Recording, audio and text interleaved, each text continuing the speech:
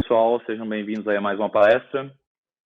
Vamos iniciar aqui agora uma palestra de altíssimo conhecimento, professor Roberto, professor aqui na Universidade Federal de Santa Catarina, a universidade que eu tenho a honra de ter me formado nela. Praticamente toda a equipe da Pieta aqui vem ou da UFSC ou do IFSC aqui de Santa Catarina. Então é uma honra, professor, ter o senhor conosco aqui hoje. Seja muito bem-vindo e boa tarde. Boa tarde, Rômulo. Boa tarde a toda a audiência. Agradeço o convite para participar, é um privilégio para mim. Normalmente, os temas relacionados ao processamento de energia fotovoltaica ficam confinados aí nas salas de aula, do mestrado, doutorado, e o evento, com certeza, agrega muito para a gente poder disseminar um pouco mais do que é feito, né, no INEP. Para começar, eu gostaria de apresentar ao público, né, eu acho que muita gente aí já conhece o Instituto de Eletrônica de Potência, mas aos que não conhecem, eu trago um resuminho. O INEP é um laboratório do Departamento de Engenharia Elétrica e Eletrônica da Universidade Federal de Santa Catarina, onde são desenvolvidas pesquisas relacionadas ao processamento eletrônico da energia elétrica. Hoje em dia, praticamente, né, todos os equipamentos eletrônicos não usam energia na sua forma bruta, passa sempre por um conversor para adaptar, seja a frequência, nível de tensão, conversão e etc. E no INEP é o que a gente faz. Tá? O INEP hoje, ele é organizado, né, da seguinte forma: nós temos um supervisor que responde por toda a parte administrativa e técnica, né, resolve toda a burocracia do laboratório para fazer rodar, com o apoio do pessoal administrativo e do pessoal técnico. Nós temos dentro do laboratório um conjunto com 8 professores, cada um especialista na sua área, mas todos dentro do ramo da eletrônica de potência. E essa equipe, então, ela trabalha nos 3 pilares dentro da universidade, né, que é o ensino, a pesquisa e a extensão. Do ponto de vista de pesquisa, o nosso grupo é formado por alunos de graduação, normalmente estagiários, pessoal de iniciação científica, mestrado, doutorado e pós-doutorado. A nossa equipe, ela varia bastante, né? Depende das entradas e das saídas de mestrados e doutorados, mas gira em torno aí de 100 pessoas no grupo, certo? Aqui eu coloquei algumas fotos, né, que mostram como que é o nosso espaço interno, ok? Do ponto de vista de resultados, né, o INEP ele tem mais de 700 artigos publicados em revistas, em conferências, já formou mais de 250 mestres, mais de 80 doutores, vários livros publicados, tanto em português e inglês, e nos últimos 10 anos aí nós tocamos em cerca de 80 projetos em parceria com a indústria, né, seja para desenvolvimento de equipamentos, produtos, consultorias ou repasse de tecnologia. Dentre as linhas de pesquisa do INEP, existe uma em particular, né, que é o processamento da energia gerada por fontes renováveis, né? A gente trabalha não só com processamento de energia fotovoltaica, mas também com energia eólica, células a combustível, microturbinas a gás, tudo que envolve, né, que requer o processamento eletrônico. E hoje, né, o foco da nossa breve conversa são os inversores fotovoltaicos. Falo breve porque, conforme os outros palestrantes aí já mencionaram, 45 minutos é um tempo relativamente curto para abordar um assunto tão denso, né? Inclusive, o que eu trago aqui hoje é o resumo de um curso que é ministrado em nível de mestrado e doutorado, né? São 2 meses de aula abordando todos os aspectos aí do projeto de inversores fotovoltaicos conectados à rede. Então, quando a gente fala aí de sistemas conectados à rede, do ponto de vista de eletrônica de potência, é sempre muito importante identificar a fonte e a carga, né? Não tem como eu projetar um conversor para processar energia se eu não conhecer as características da fonte e da carga que eu estou utilizando. Pode parecer a priori estranho chamar a rede elétrica de carga, mas num sistema conectado à rede, ela é a carga, né? Porque ela absorve a energia do sistema fotovoltaico. E uma das questões relevantes a serem tratadas é justamente por que eu não posso fazer a conexão direta entre o módulo fotovoltaico, o gerador fotovoltaico, e a rede elétrica. Aí a resposta disso vem da natureza, né? O gerador fotovoltaico tem uma natureza diferente da rede elétrica. Para entender um pouquinho isso de forma mais aprofundada, nós temos aqui a representação da tensão fotogerada, que é o gerador fotovoltaico, ele é considerado uma fonte em corrente contínua. Algumas ressalvas aqui, né? A gente tem que falar que é uma fonte de corrente contínua, mas que esses valores fotogerados variam, mas de acordo com irradiância e temperatura. Em uma condição que irradiância e temperatura sejam constantes, a tensão, a corrente e a potência entregue pelo gerador fotovoltaico, ela também vai ser constante, ou seja, uma forma contínua. E na contramão dessa condição, a gente tem a rede elétrica, né, que é caracterizada por apresentar tensão alternada, idealmente senoidal. Então, esses dois requisitos por si só já inviabilizariam a conexão direta desses dois dispositivos, mas isso não é tudo. Por exemplo, módulos fotovoltaicos, eles têm tensões de baixo valor. Aqui eu botei um gráfico representativo que representa a tensão de módulos fotovoltaicos no MPP, né, com 60 células, e aqui com módulos de 72 células. Então, a gente percebe que, independente do tipo de módulo, 60, 72, a tensão disponibilizada no ponto de máxima potência é inferior aí a 40 volts. Por outro lado, se a gente olhar para a rede elétrica, a gente vai ver que ela é caracterizada por tensões, aqui em Santa Catarina, 220 eficaz, né, o que fornece um pico aí de 311 volts, na frequência de 60 Hz. Então, além de a natureza ser diferente, a gente tem um problema aqui de incompatibilidade, né, de amplitude. Para, então, pessoal, resolver essa questão, a gente vai ter que usar a eletrônica de potência. A eletrônica de potência, nesse contexto, ela vai entrar como um bloco intermediário, que vai fazer a interface entre o gerador fotovoltaico e a carga, que é a rede elétrica. Falar em eletrônica de potência, a gente pode conceituar aqui, né, a eletrônica de potência, ela possibilita o controle do fluxo de energia entre uma fonte e uma carga, ou entre duas fontes. E o meio que ela usa para isso são os conversores estáticos. Para ficar um pouquinho mais claro, né, já que a gente fala em fonte e carga, a gente pode tomar aqui uma fonte como sendo uma bateria, uma carga como sendo uma lâmpada, e a partir desses dois elementos criar um circuito simples em que a bateria está conectada à lâmpada por meio de um interruptor. Se eu ligar o interruptor, a lâmpada acende. Se eu desligar o interruptor, a lâmpada apaga. Vejam que o interruptor aqui já é o meu elemento de controle de fluxo de energia. Só que é um controle bem rudimentar, né? Porque eu só posso entregar 0 de energia para a lâmpada ou entregar 100% de energia para a lâmpada. Quando a lâmpada está acesa, 100%. Quando o interruptor está ligado, 100%, desligado, 0%. Agora, se a gente for imaginar um cenário em que nós queremos fazer um controle gradativo, fazer essa lâmpada brilhar com intensidade variável, se fosse o motor, controlar a velocidade do motor, ou se for um inversor fotovoltaico, controlar a potência injetada na rede, um simples interruptor ele não é suficiente para fazer o controle. Então, nós temos que tirar o interruptor e utilizar um conversor estático de eletrônica de potência como elemento de controle do fluxo de energia. Okay? Existe, né, na literatura, isso é fácil, está bem sedimentado, alguns tipos de conversores estáticos diferentes. Né? Por exemplo, eu posso ter um conversor que adapta uma tensão alternada para uma tensão contínua. Esse aqui é chamado de conversor CACC. Eu posso ter um outro que faz a conversão de um patamar de tensão contínua, por exemplo, 48 volts, para outro, por exemplo, de 24. Então, aqui eu teria um conversor CCCC. Os conversores CCCC, eles ainda podem ser classificados como abaixadores e elevadores. Depende se a tensão de saída é maior ou menor que a tensão de entrada. Tá? Eu posso ter um outro aqui que converte agora a tensão contínua para alternada, e por fim, que é o conversor CCCA, e por fim de alternada para alternada. A nomenclatura, vamos dizer assim, rigorosamente falando, é conversor CCCC, CCCA e por aí afora. Só que se adota também a nomenclatura de retificador para conversores CACC e inversor para conversores CCCA. Agora, veja, dependendo do que eu quero fazer, do tipo de processamento de energia que seja necessário, eu posso usar um ou mais blocos desses conversores.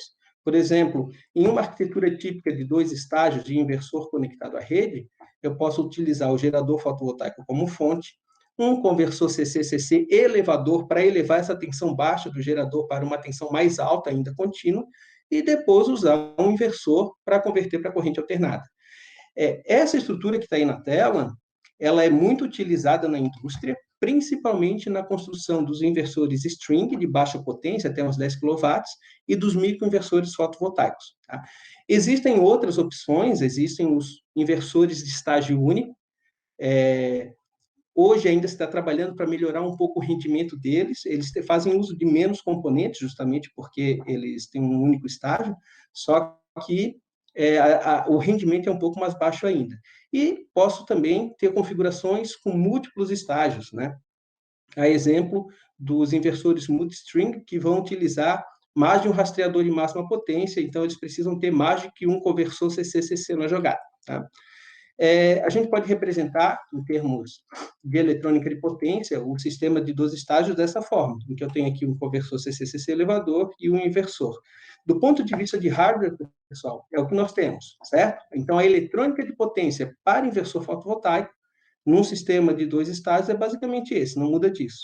Aí a pergunta que pode surgir é, professor, mas os conversores não são... os conversores CC-CC, os inversores já não são dominados, não são fabricados desde a década de 80, por que tanta dificuldade em torno dos inversores fotovoltaicos? A resposta é que não é apenas o hardware que dificulta, né? Em um inversor fotovoltaico, além do hardware, que está aqui representado por essa caixa, existe uma série de outras funcionalidades que precisam ser incluídas. Por exemplo, nós temos rastreamento do ponto de máxima potência, temos controle do conteúdo harmônico da corrente injetada na rede, temos o sincronismo com a rede elétrica, precisamos ainda fazer a limitação ativa da potência que é injetada na rede elétrica e, por fim, a detecção de ilhamento. Agora sim, juntando todo esse conjunto, a gente vai ter o que a gente chama de inversor fotovoltaico, e não apenas as dificuldades técnicas, né, para montar esse dispositivo, ele tem que ser feito com elevado rendimento. A gente sabe aí que os inversores comerciais hoje operam com rendimento superior a 97%, e esse é o patamar do que se considera adequado, né? Mas não é fácil chegar lá, é muito complexo, né? É muita engenharia em cima. Ele tem que ter elevada densidade de potência, né? Aqui o conceito de densidade de potência está atrelado ao quanto de potência o inversor pode processar por volume, e a unidade aqui é, por exemplo, quilowatt por litro. Então, quão compacto e quão leve é esse inversor. Hoje em dia se busca muito por compactação, né, para tornar os equipamentos mais leves, mais portáteis, né? E tudo isso tem que ser feito com baixo custo. Não adianta eu ter o melhor dos inversores, né, super compacto, super leve, com alta densidade de potência, se o preço for proibitivo. Então, os desafios da eletrônica de potência aqui, pessoal, são realmente muito, muito grandes, tá? A gente pode dar sequência falando de cada um desses bloquinhos para tornar mais claro a importância deles no sistema como um todo. Então, vamos lá. Falar primeiro do rastreamento do ponto de máxima potência. A gente sabe, é conhecido, né, para quem trabalha com sistemas fotovoltaicos, que as curvas de potência, né, que essa aqui é a clássica, não é a clássica curva IV que todo mundo está acostumado, né?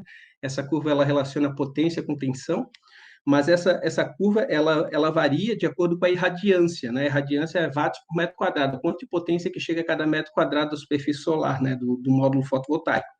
Se a irradiância cai, essa curva ela vai reduzindo. Se a gente olhar aqui com a temperatura, acontece um fenômeno similar, né? Conforme a irradiância, a temperatura sobe, a potência ela também se reduz. Veja, quando eu falo potência, eu estou me referindo ao ponto de máxima potência, né? Que é o ponto onde o gerador fotovoltaico vai operar com o maior rendimento possível. A gente sabe também que geradores fotovoltaicos, normalmente eles têm rendimento baixo, né? Aí a gente fala em 20% hoje no melhor cenário para células de silício. E se o rendimento da fotoconversão em si já é baixo, o ideal é que eu trabalhe no melhor ponto, né? Só que esse ponto varia com as condições climáticas sobre as quais eu não tenho controle, né? Ninguém consegue aqui controlar a irradiância solar e não consegue controlar a temperatura ambiente. A gente faz isso muito bem dentro de uma sala fechada, né? Mas no espaço aberto é complicado. Isso significa que em um dia de operação, um mês ou um ano, esse ponto de máxima potência, ele não fica paradinho, né? Esse ponto de máxima potência, ele fica se deslocando para cada condição de radiância solar e de temperatura existente. Agora, para eu conseguir, então, operar com o meu sistema sempre no ponto ótimo, eu tenho que dar um jeito de rastrear esse ponto. Eu tenho que fazer com que o meu sistema busque operar sempre nesse ponto, não importa para onde ele vá. Eu tenho que levar um ponto de operação no meu sistema para cima dele. E essa técnica que é usada, né, ela se chama rastreamento do ponto de máxima potência, e os conversores que fazem isso são os rastreadores do ponto de máxima potência. Bom, então, para implementar um algoritmo de rastreamento de máxima potência, né, a gente vai utilizar leituras de corrente de tensão do gerador fotovoltaico, enviar para um algoritmo que vai fazer o cálculo e atuar naquele conversor CCCC para que ele leve o gerador a operar no ponto ótimo. Então, se a gente tomar aqui o nosso sistema de 2 estágios, né, que eu já dei um espaço, porque eu vou incluir coisa aqui, mas nós temos aqui o gerador fotovoltaico, o conversor CCCC que eleva a tensão, o estágio inversor que inverte para conectar com a rede, e agora eu vou inserir isso aqui. Veja que já é um fator de complicação. Agora, além do hardware, eu vou ter sensores, que também incrementam hardware, né? Um sensor de corrente e um sensor de tensão, que vão ler, respectivamente, aqui a corrente e a tensão do gerador fotovoltaico. Essas informações são enviadas para uma CPU. CPU aqui eu represento de forma genérica um sistema de processamento de sinais, né? Pode ser um microcontrolador, um FPGA, um DSP e qualquer item similar, no qual, dentro dessa CPU, está embarcado o algoritmo de rastreamento, que vai definir aqui a condição ótima para acionar esse conversor CCCC para que o módulo opere no ponto de máxima potência. A literatura é ampla nesse assunto, né? Existem infinitas, praticamente, versões de algoritmos de rastreamento. Os clássicos é o perturbe e observa, conhecido como PIO, e o condutância incremental. Aqui eu marquei em vermelhinho o método MPPT-TEMP, porque foi um algoritmo de rastreamento desenvolvido no INEP, né? E ele está em pé de igualdade com os principais. Hoje ele vem sendo citado como uma técnica já consolidada, tem um rendimento de rastreamento muito bom. Tá? Chama atenção também, pessoal, para o fato de que esses algoritmos que são embarcados nessa CPU, esses que estão aqui, eles têm uma limitação importante, é que eles operam muito bem somente em condições de não sombreamento. Se houver sombreamento parcial, aí algoritmos mais sofisticados precisam ser utilizados. Tá? Normalmente, baseados em inteligência artificial, lógica fuzzy, porque daí eu tenho que definir se o ponto máximo encontrado é o máximo global ou o máximo local. Mas aí a coisa se torna um tanto quanto complexa, né, e não vale a pena a gente entrar nesses detalhes agora. O próximo ponto que a gente tem importante é para falar a respeito do controle do conteúdo harmônico da corrente injetada na rede. Bom, se nós tomarmos o nosso sistema original ali, que a gente já viu que tem o hardware e um sistema de rastreamento, né? O sistema de rastreamento ele é responsável por extrair a máxima potência do gerador fotovoltaico. E considerando aqui que o rendimento do hardware é elevado, vamos, por hipótese, considerar que seja 100%, toda a potência que foi rastreada pelo gerador fotovoltaico vai ser enviada para a rede elétrica. Agora, tem que tomar cuidado, porque eu não posso mandar para a rede elétrica qualquer tipo de potência, né? Tem que ser com requisitos estabelecidos por norma. Vamos entender isso um pouco melhor. Eu vou mandar potência para a rede elétrica, eu vou injetar potência na rede elétrica, né? Então, essa rede é caracterizada por uma fonte de tensão, a gente diz que é um barramento infinito, porque a tensão da rede elétrica supostamente não varia com o tipo de carga conectada nela, né? Uma rede de 220 volts vai ser 220 volts, independentemente de eu colocar um liquidificador ou um chuveiro, né? A tensão não varia, a menos que a potência da carga seja muito alta, né? Então, mas para as cargas padrão aí que a gente tem em casa, na indústria, supostamente essa rede aqui pode ser considerada realmente um barramento infinito. Vamos considerar o caso de Santa Catarina, 220 volts fixos. Está vindo uma quantidade de potência, né, que está chegando. A gente sabe que a potência é o produto da tensão pela corrente. Se a tensão é fixa, eu posso dizer, então, que a potência vai depender exclusivamente da corrente injetada na rede. Por isso que quando a gente faz o controle da potência, a gente não controla a potência diretamente, a gente controla a corrente injetada na rede, porque a tensão é fixa, certo? E como deve ser uma corrente ideal para uma conexão com a rede elétrica? Olha, a rede elétrica, conforme a gente viu, ela apresenta uma forma de onda senoidal, né? E então, patente aí pensar, né, que a corrente também deve ser senoidal. E, de fato, essa é a recomendação da norma. Eu vou querer uma corrente senoidal injetada na rede, e mais ainda, eu vou querer que essa corrente esteja em fase com a tensão. Porque nessa condição, eu vou ter fator de potência unitário, e isso implica que toda a potência útil rastreada pelo meu sistema de rastreamento se converte em potência ativa injetada na rede elétrica. Qual é a dificuldade, pessoal? A dificuldade é que essa corrente em verde que eu estou mostrando aqui para vocês, ela é sintetizada pelo meu conversor, né? É uma corrente que é construída, ela não é uma corrente que existe, ela vai sendo construída de acordo com a abertura e fechamento de interruptores em alta frequência dentro do meu estágio inversor. Obviamente, por mais que o meu sistema seja bem feito e projetado adequadamente, é muito difícil eu conseguir reproduzir aqui um seno matemático. Então, vai haver distorção na corrente injetada na rede. Eu posso chegar em algo muito próximo a uma corrente senoidal, mas eu não vou chegar exatamente numa corrente senoidal. Então, para definir quão distorcida a minha corrente pode ser, existem normas, né? A norma, nesse requisito, ela faz menção ao que a gente chama de distorção harmônica total, ou THD. A THD mede quão distorcido é um sinal em relação a outro de referência. Se a gente assumir que o nosso sinal de referência é uma senoide, aí eu vou pegar uma corrente injetada na rede por um inversor qualquer e vou calcular a THD. E a norma fala que a THD tem que ser menor do que 5%, certo? Então, qualquer sinal de corrente, qualquer corrente injetada na rede, para que o inversor passe na norma, a THD tem que ser menor que 5%. Aqui eu trago dois exemplos para vocês, olha só que interessante. Em vermelho, nos dois gráficos, eu tenho em vermelho um seno perfeito, um seno matemático. E em azul, eu tenho um exemplo de corrente injetada na rede.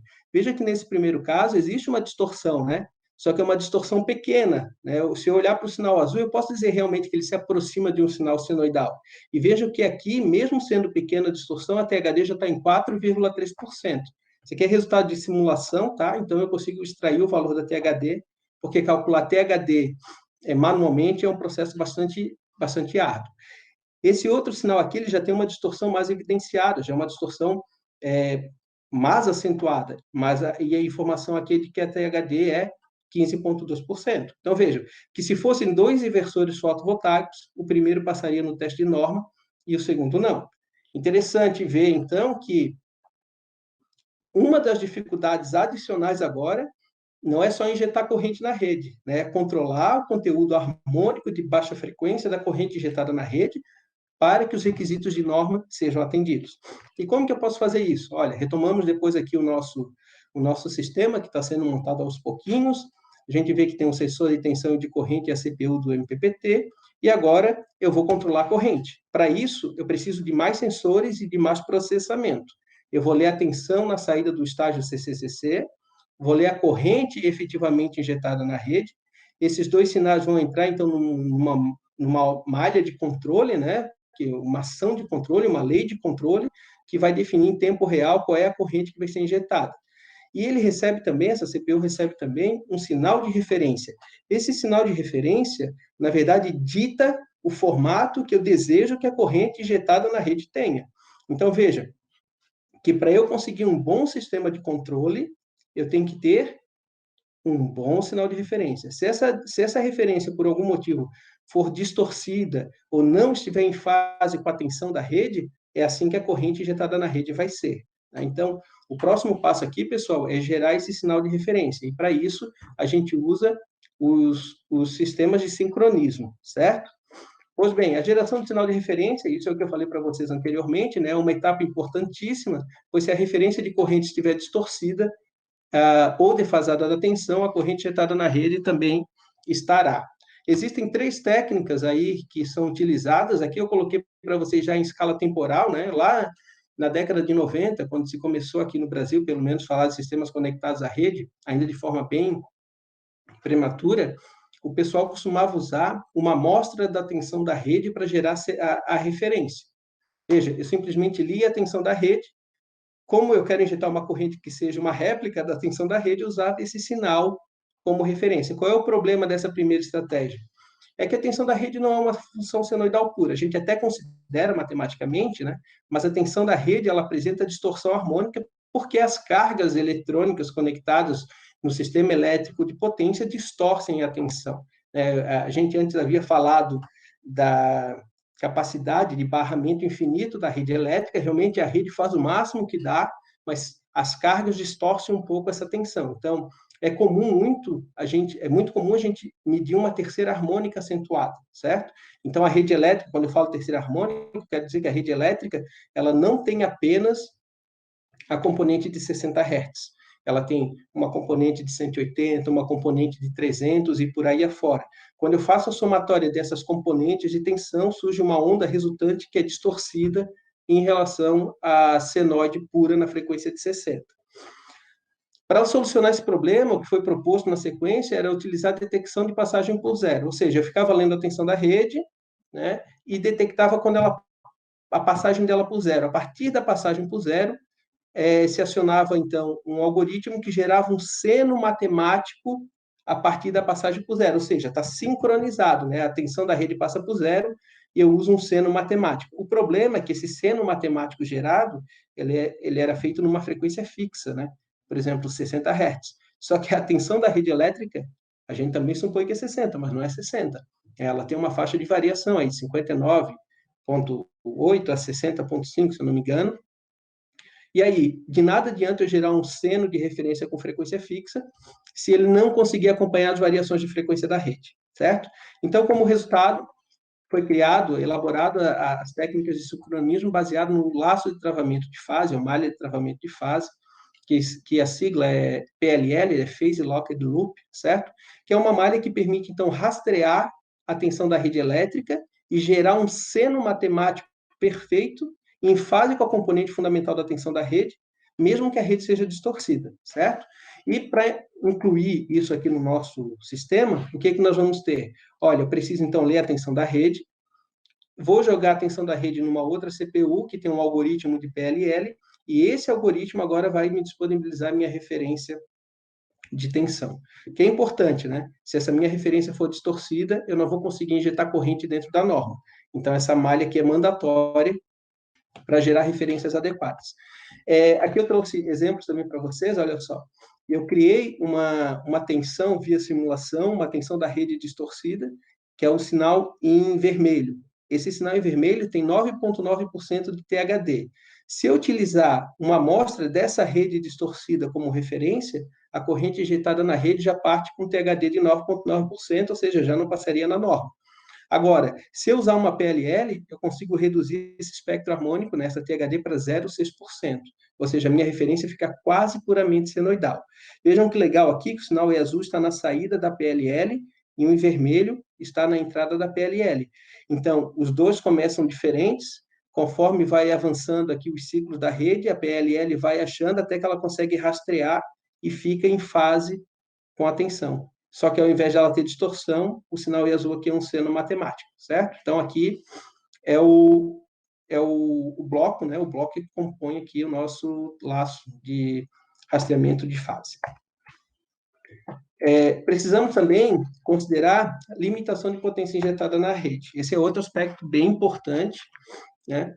Por que isso é importante? Olha, primeiro, quem trabalha aí com dimensionamento de sistemas fotovoltaicos, na verdade, essa é uma informação que eu recebo, não é uma informação que eu desenvolvo, né? Porque a nossa missão no INEP é desenvolver o hardware, é desenvolver os conversores, né? Agora, como que eles vão ser utilizados, aí que define é o pessoal da aplicação.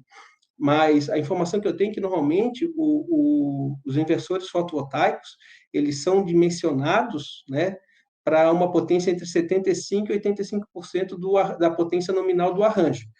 Ou seja, Existe um fator aqui que é chamado fator de dimensionamento do inversor, em que eu vou dividir a potência do inversor pela potência nominal do arranjo, e esse resultado vai dar entre 0,75 e 0,85. Um exemplo para ficar mais claro, né? Um arranjo, então, de 5 kW no STC, ou seja, essa aqui é a especificação dele no STC, o meu arranjo vai ter 5 kW de potência, seria 100% da potência, mas eu não vou usar um inversor que processe 5 kW, eu vou usar um inversor de 4 kW, ele vai ser subdimensionado. Subdimensionado justamente pelo fato de a potência fotogerada variar muito e ser muito raro eu operar nas condições do STC. Então, se eu colocar aqui um inversor para capacidade nominal, ele vai estar superdimensionado a maior parte do tempo. Tá? Então, a gente já trabalha com esse fator de subdimensionamento para garantir que ele processe sempre uma potência mais próxima da sua capacidade nominal. Agora, a pergunta que surge é, e o que acontece então se a potência fotogerada for maior do que a potência nominal do inversor?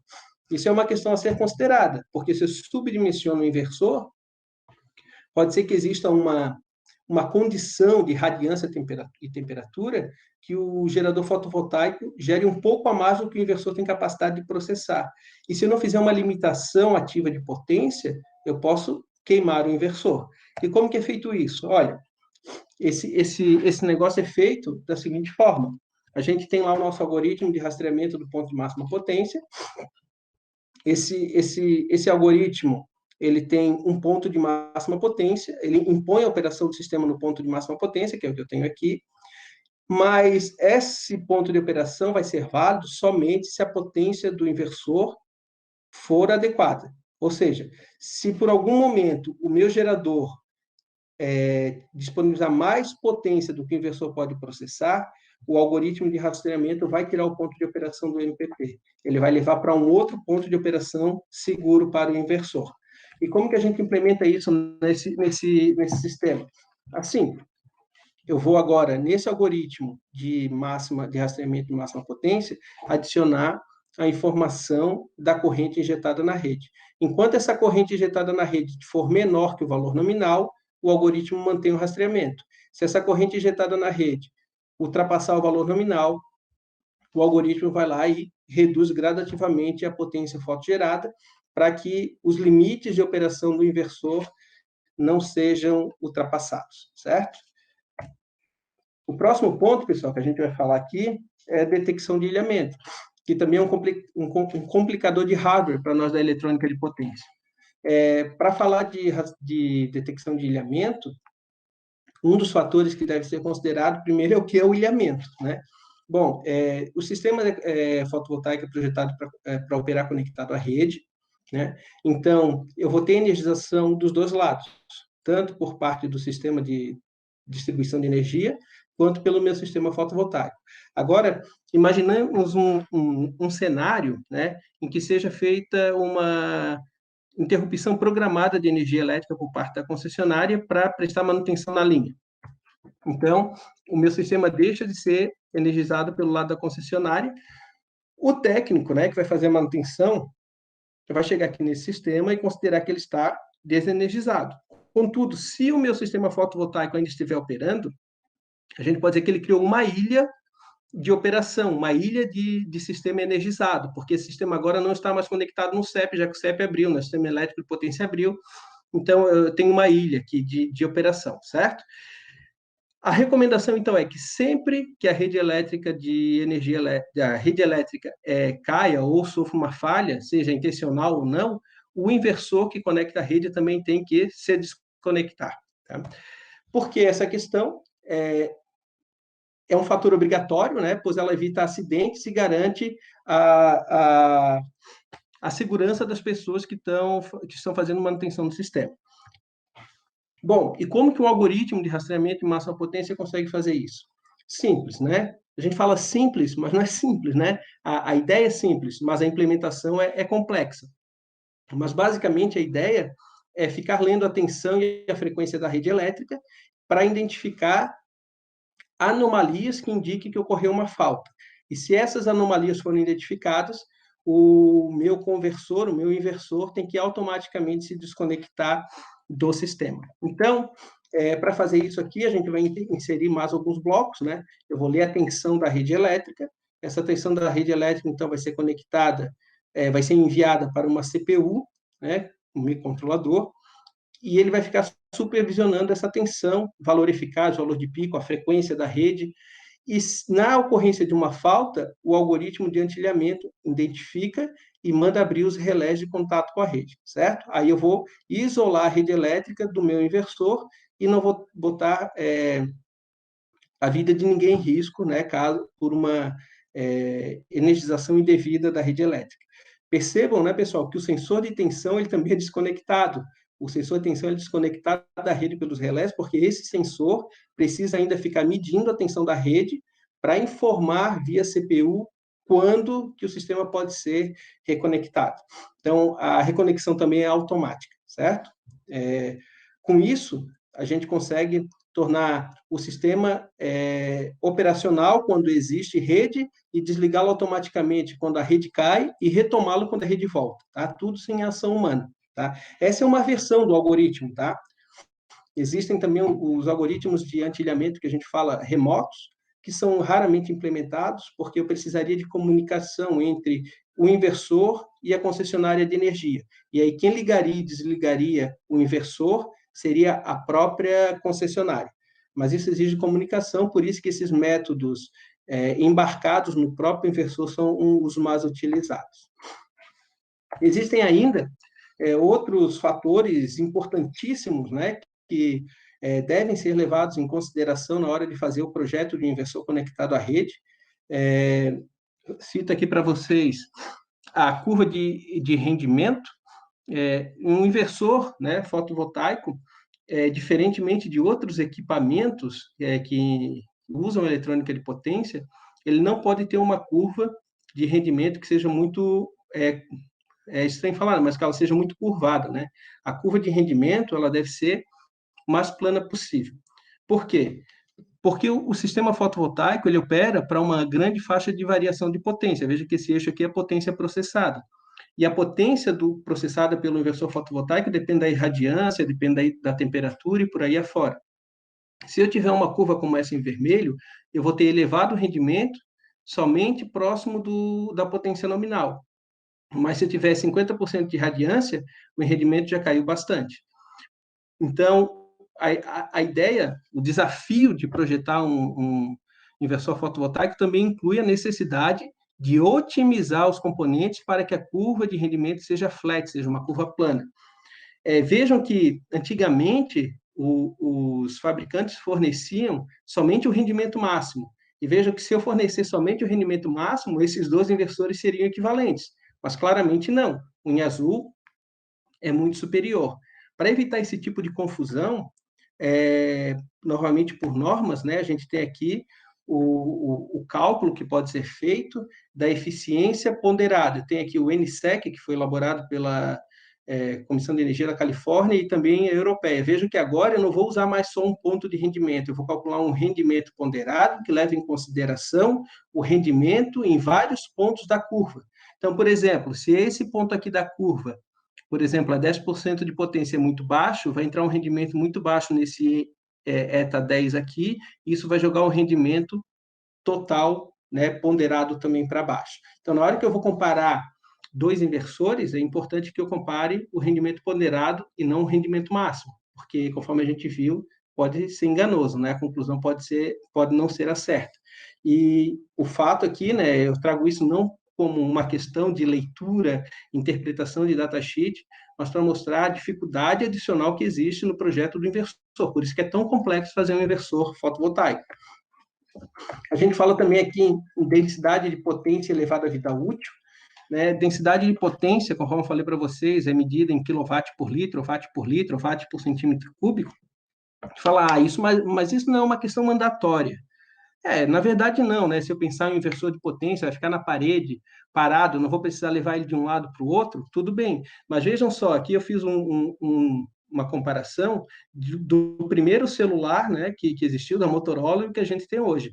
Vejam que, graças à evolução dos dispositivos utilizados na fabricação dos aparelhos, se conseguiu equipamentos muito mais compactos, né, leves, e que permitem realizar uma infinidade de funções adicionais do que fazia esse equipamento aqui.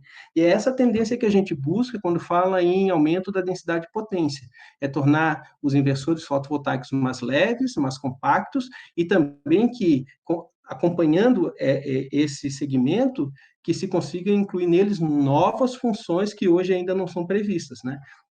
É provável que quando surgiu esse primeiro celular aqui, não se pensava que chegaria ao smartphone, mas chegamos. Então, hoje a gente tem inversores fotovoltaicos que podem executar, talvez, funções que a gente nem imagina hoje, e a evolução que vai ditar como que isso vai acontecendo.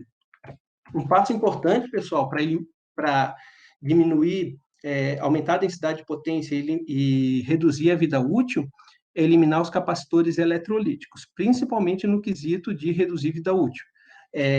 Os capacitores eletrolíticos, né, eles são tipicamente o gargalo de qualquer conversor, porque a vida útil deles é reduzida. Aí alguém pode perguntar, tá, então só tira o capacitor eletrolítico e coloca um capacitor cerâmico, polipropileno, de filme. Olha, a gente poderia fazer isso se as capacitâncias requeridas fossem baixas, mas normalmente no inversor desse de 12 estágios que eu falei para vocês, para potências aí de 5 kW, eu preciso de capacitâncias para desacoplar potência na ordem de 2, 3 miliwatts, né? São 3.000 microwatts. E os capacitores que me permitem maior capacitância por menor volume são os capacitores eletrolíticos.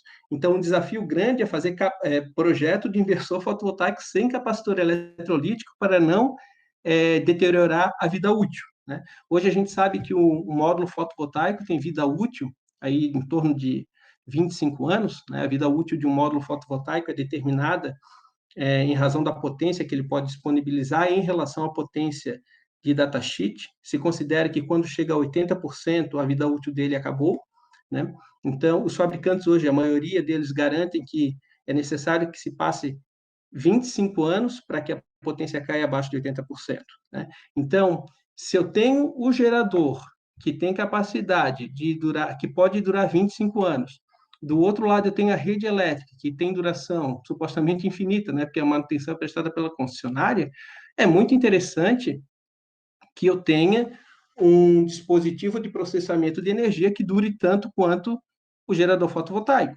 E quando eu coloco capacitor eletrolítico aqui, com certeza eu não vou conseguir passar 10 anos, tá? Então, hoje a gente trabalha muito, né? Uma das linhas de pesquisa do laboratório do INEP é desenvolvimento de técnicas de emulação de capacitância por circuito eletrônico. Então, a gente está tentando desenvolver um capacitor eletrônico para eliminar de vez os capacitores eletrolíticos dos nossos inversores. Outro fato aqui também, eu vou mencionar, tá? É a supressão de corrente de modo comum.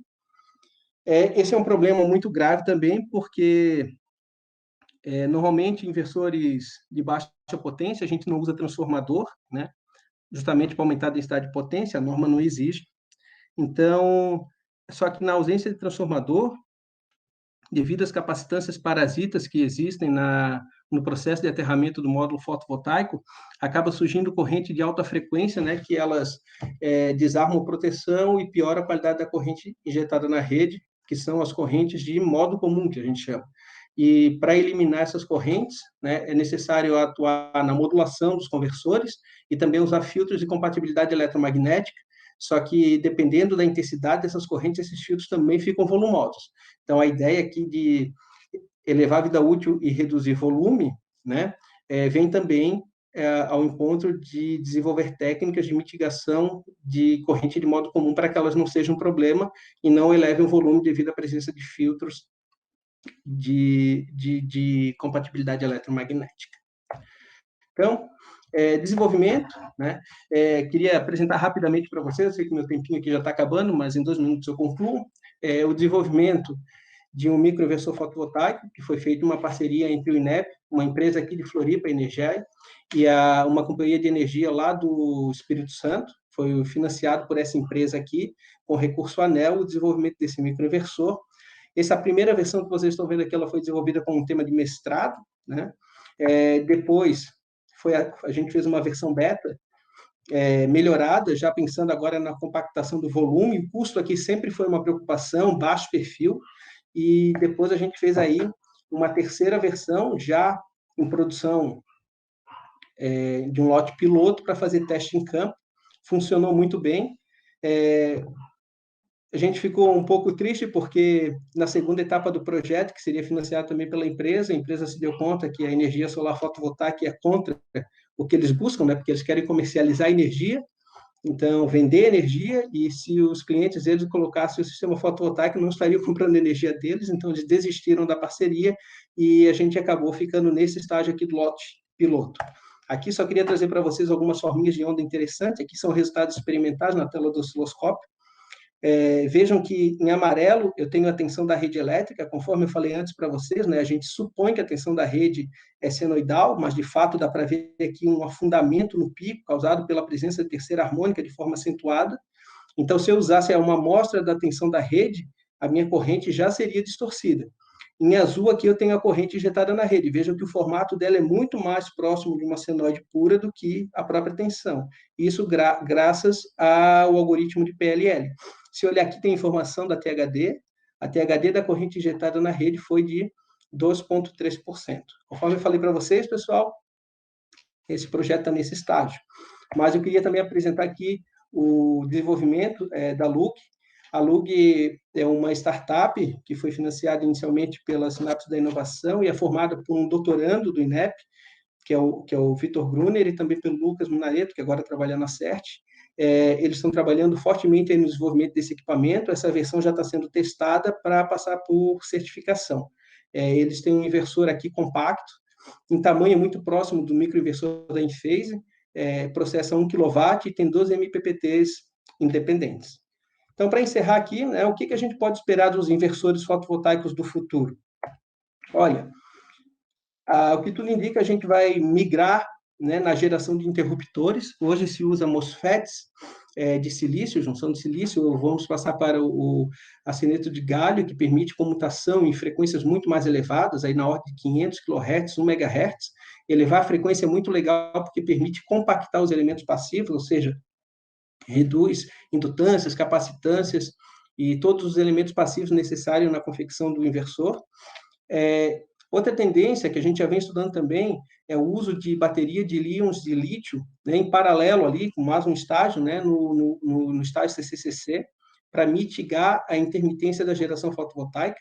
Vejo que quando eu coloco baterias de íon de lítio, que tem uma densidade de energia muito alta, no meu barramento, eu agora vou conseguir amenizar a oscilação de potência fotovoltaica, porque quando a geração fotovoltaica cai, a bateria de íon de lítio pode suprir energia para a rede. Ou, quando a energia fotovoltaica se torna muito alta, eu posso agora armazenar na bateria. Então, eu crio um elemento de armazenamento intermediário. Isso vai me permitir também realizar a emulação de inércia no gerador fotovoltaico. Um dos problemas, né, de a gente conectar sistemas fotovoltaicos em grande porte na rede elétrica é que a potência intermitente do gerador fotovoltaico causa instabilidades na rede. Tenho a 1 megawatt de potência sendo injetada na rede, nubla, eu perco aquele 1 megawatt. Quem que tem que suprir? O CEP, né, o Sistema Elétrico de Potência. E isso é muito ruim porque essas transições de potência não potência do sistema fotovoltaico são muito abruptas. Então, se eu tiver agora armazenamento no sistema, eu posso emular inércia, né? Fazer com que o meu sistema fotovoltaico se torne mais lento e melhora daí a resposta para dar tempo do CEP responder.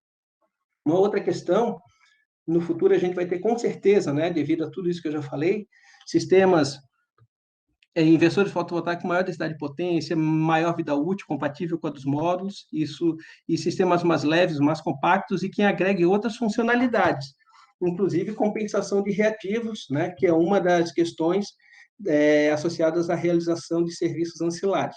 Hoje, os inversores, né, em suma para baixa potência, eles são feitos para injetar potência na rede, e se a rede cai, o sistema de entilhamento detecta e os retira. No futuro, eles vão conter também algoritmos que vão ajudar a rede no momento de faltas, né? Por exemplo, a tensão da rede está afundando, ao invés de eu desconectar o meu inversor, eu simplesmente vou fazê-lo ajudar a rede a se restaurar. Tá? Então, o que eu tinha para falar para vocês era isso. Aqui eu deixo o meu contato, deixo também o site aqui do INEP, e devolvo a palavra ao Rômulo, agradecendo a oportunidade, dizer mais uma vez que eu estou muito feliz por estar aqui participando com vocês. Obrigado. Obrigado, professor. A gente que agradece, tá? Foi uma aula, assim, o objetivo da gente ter convidado, né, o setor acadêmico como um todo, está tendo outra palestra simultânea agora com a Clarissa do fotovoltaico, é também para que o pessoal conheça esses trabalhos, né, professor? Porque, basicamente, o que tem na indústria, em geral, veio da parte acadêmica. Como o professor mostrou ali, essa questão dos capacitores eletrolíticos é um problema hoje, e eu tenho certeza que o INEP está muito avançado para resolver isso. Em breve nós teremos uma solução por circuito eletrônico para emular esses capacitores eletrolíticos. Então, assim, toda essa parte acadêmica ela fica oculta. O pessoal vê muito a parte industrial, né? Porque o que vai aparecer para o cliente final, para o integrador, são as fábricas, os inversores. Mas eu, como acadêmico da Engenharia Elétrica da UFSC, eu presenciei muitos amigos, mestrandos, doutorandos, que faziam muitas pesquisas para as empresas, e isso acaba, às vezes, ficando meio oculto, e talvez por isso que muitas pessoas não valorizem o setor acadêmico como deveria ser valorizado, né? Outro ponto importante aqui, também a questão dos projetos pilotos, achei muito bacana, principalmente o último ali, né, que o pessoal já chegou numa fase bem final dele, um projeto bem bacana, e eu acho que o contexto como um todo da apresentação ficou legal, porque muita gente trabalha já com inversor, muitos engenheiros projetam, assim como eu, mas do inversor para fora, né, não conhecia os detalhes de montagem, e o professor conseguiu o milagre de mostrar como que se montam, como que se projeta, obviamente, um overview bem geral, né, mas como que se projeta um inversor. Então, foi fantástica a apresentação, muito obrigado. A gente não tem nem dúvidas, a gente tinha alguns elogios, deixa eu ver aqui o que o pessoal foi mandando. Deixa eu ver aqui. O Fernando Antunes mandou aqui: parabéns, professor Roberto, pela didática e pela clareza na apresentação sobre inversores para sistemas ligados à rede elétrica. Fernando Antunes. Vamos ver se tem mais alguma pergunta aqui. Vamos ver aqui. João Paulo de Souza perguntou o seguinte: por que o microinversor desenvolvido possui apenas 2 MPPTs para 4 módulos e não 1 MPPT por módulo para eliminar o mismatch, como fazem os melhores fabricantes de inversores? Provavelmente ele está falando ali do microinversor do Vitor, né, da Lug. Ele perguntou por que tem apenas 2 MPPTs para 4 módulos e não 1 MPT por módulo. Na verdade, pode completar. Então, depois que o professor falar, eu vou complementar uma parte prática aqui. É que a tendência tem mostrado cada vez mais que, por questões de simplificação, né, dos sistemas, a potência dos geradores fotovoltaicos ela tem aumentado, né? Se a gente pegar os primeiros módulos fotovoltaicos lá na década de 80, elas tinham 18, 24 células. Ali nos anos 2000, tinham 54 células em série.